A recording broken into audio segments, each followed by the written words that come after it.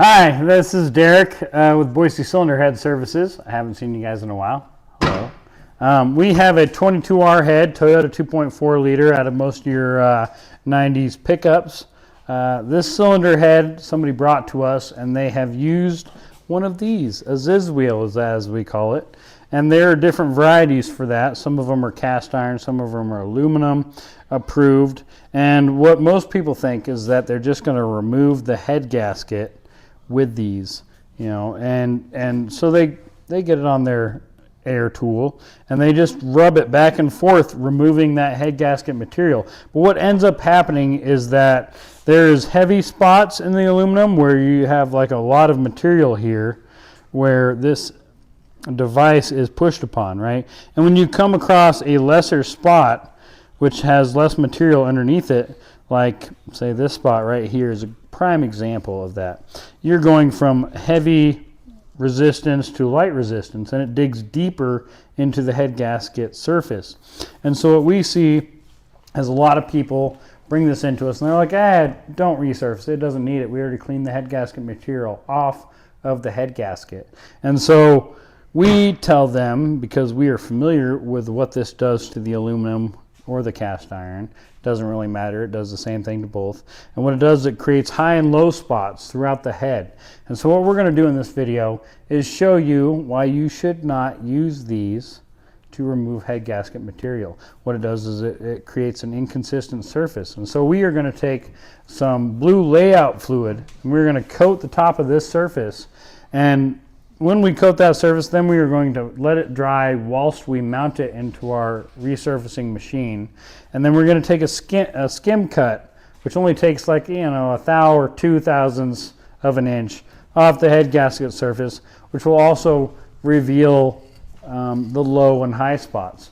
So I'm gonna take this blue layout fluid, which I absolutely love, for a lot more than just this head gasket surface. But I'm going to coat it real quick. It doesn't need much. I mean, we just want the color to show so that you can see exactly what is left over after 1,000ths, 2,000ths, 3,000ths, 5,000ths, and we'll see if it's any worse than that. I mean, a lot of the times it is worse than that. Gosh, I love that deep blue. We're going to put a lot on there just for that factor. But we're going to skim it. And I got Justin and Preston, who I introduced, or who they introduced themselves in prior videos. But they are going to bolt this into the machine, and then we are going to resurface it. So if you guys wouldn't mind tossing this puppy in there. And while that paint dries, we're going to discuss the clamping method that we use. There's a lot of different features that clamp this device down, or the cylinder head down to the machine. We have another machine that uses hydraulic press in order to clamp that. These ones, we just use these clamps that we tighten down. Justin will show you here in just a second what that looks like. But we just find an edge that we can clamp down to our platform here. And as long as we tighten it down, we give it a little shake test to make sure that the cylinder head is secure. And as long as it's secure, we know that we can cut it. We also put a level on there and make sure that the level is accurate to our machine. The machine is a little bit off compared to the Earth's gravitational pull, but it should reveal what we need to know to understand that it is level. We'll move it across this surface too, just to see. And clamping this thing down is a bit of a skill here. I mean, the paint does not do us any favors, but we are going to clamp it. Right now it shows that the intake side is a lot higher than the exhaust, which is a pretty common aspect to resurfacing a overheated cylinder head. When the cylinder head overheats, the exhaust side heats up a lot more than the intake side, and it pulls away from the block, which is, it lifts up. Go ahead, bolt it down, guys. You're good. Take a second. Let them tighten this thing down. I brought it back up. Okay.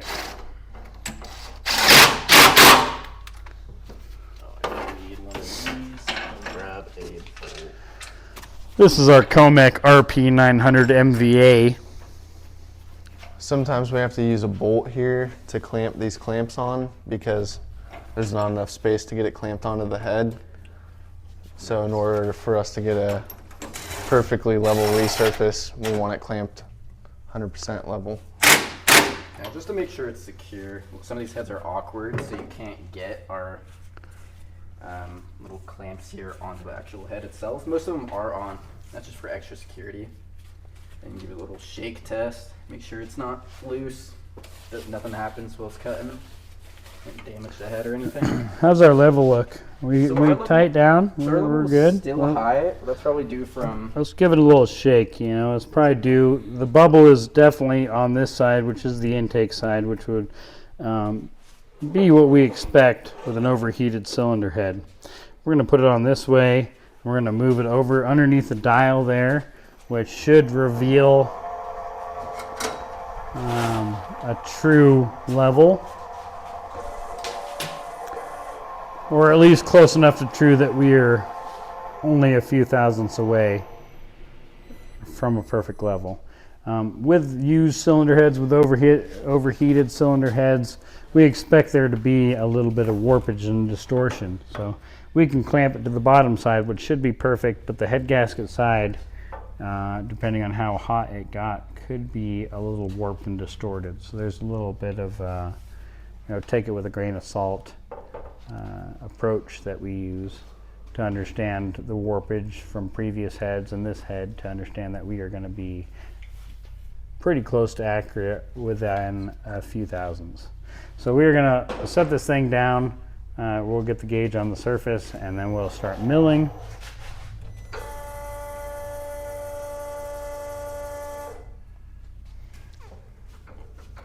Use the electronics side to get us close, and then the manual side to dial it in. Honestly, I'm going to set it to right under a thousandths, just so we can see how big of a difference the Zizwell made. Could be half thousandths, could be 3 thousandths, random high spots, you never know. Yep. I'm gonna put this shield back in here real quick. We'll leave the shield on the ground so that we can clearly see this whole endeavor. So go ahead, turn the blade on. Always be good with safety glasses and other devices before you turn on a Do some. device of this nature. And we'll turn the Safety blade first. on.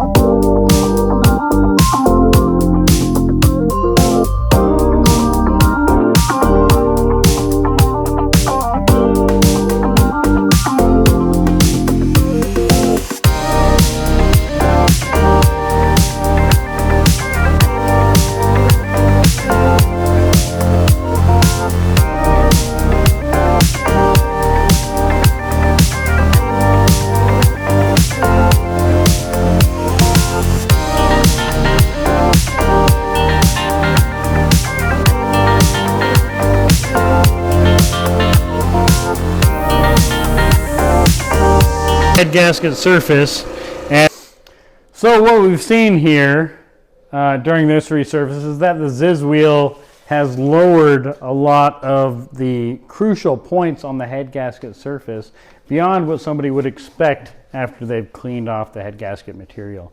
And so we've done multiple shaves, and in those moments I have pointed out different low spots, which you can review the tape to review the video to understand fully.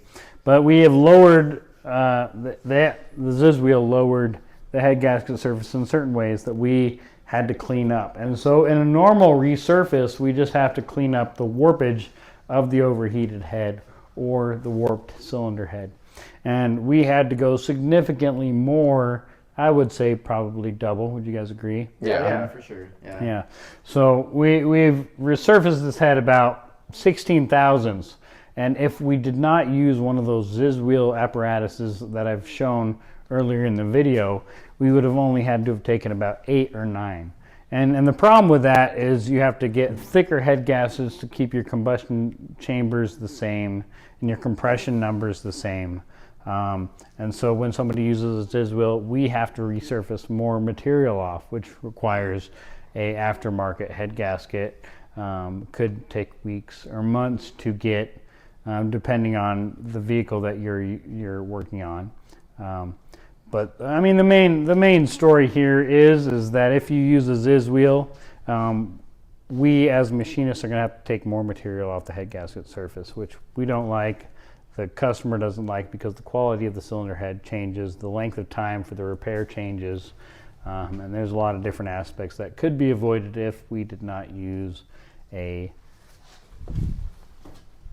Ziz wheel. What about minimum thickness? Minimum thickness is also a problem. Are you guys familiar with the minimum thickness? Yeah. Yeah, using the Ziz wheels, I mean, you can compromise your minimum thickness, and then we'll have to come in here and take off a lot more when we do the resurface to get it 100% level and flat. And a Ziz wheel just makes it all uneven, and then we'll have to take more off the surface, which could compromise your minimum thickness of the head. What happens if they go below minimum thickness? And if you go below minimum thickness, then that's not good for the combustion. The head is junk unless you get an aftermarket head Yeah. gasket. You know? And we would rather have cylinder heads that we can repair without having to take extra lengths to manipulate the thickness to make it function properly. Costs more money, makes everybody take more time, and that's the real thing. Don't use Ziz wheels. Ziz wheels are horrible. And why is it horrible? Because it's all in your head. It's all in your head. And we want your head left over. Thank you. Subscribe and like. Thank you.